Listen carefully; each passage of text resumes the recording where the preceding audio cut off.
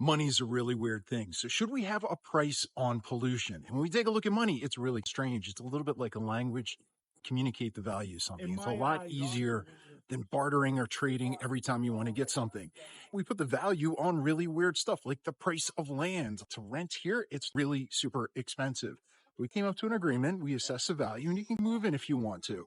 And then when you don't have a price on something, let's say for traffic or for parking, sometimes all the parking gets used up. Having a parking cost, right, makes it a lot easier to find a parking spot.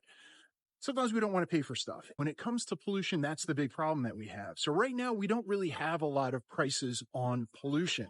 So you still have to have a lot of regulations that are how to control things. If you are interested in the environment, if you want to try to cut your carbon emissions, it's super complicated.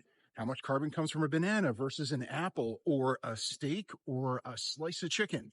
One's better than the other, but it's a really complicated math question to figure out every single time. But if you put a price on the cost of the pollution associated with that, it would make things a heck of a lot easier. It's just one number to think about when you're buying something. Can you afford it? And a lot of folks aren't really going to like that. But one cool thing that you could do, if you had a price on carbon dioxide emissions, you could associate that with fossil fuels or with whatever's going on.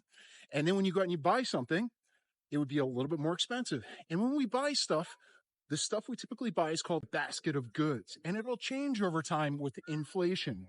You go back 20 or 30 years, your basket of goods probably didn't include a 50-inch LCD flat screen television.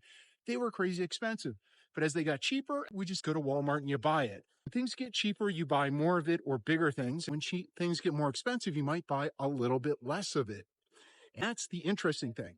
So you could actually put a price on carbon. Things would get expensive and people would be upset. But you'd be able to lower the emissions. Nobody would have to figure out any of these complicated calculations about where the carbon dioxide came from or how much it was. And here's the interesting thing. You could refund all of that money back to people.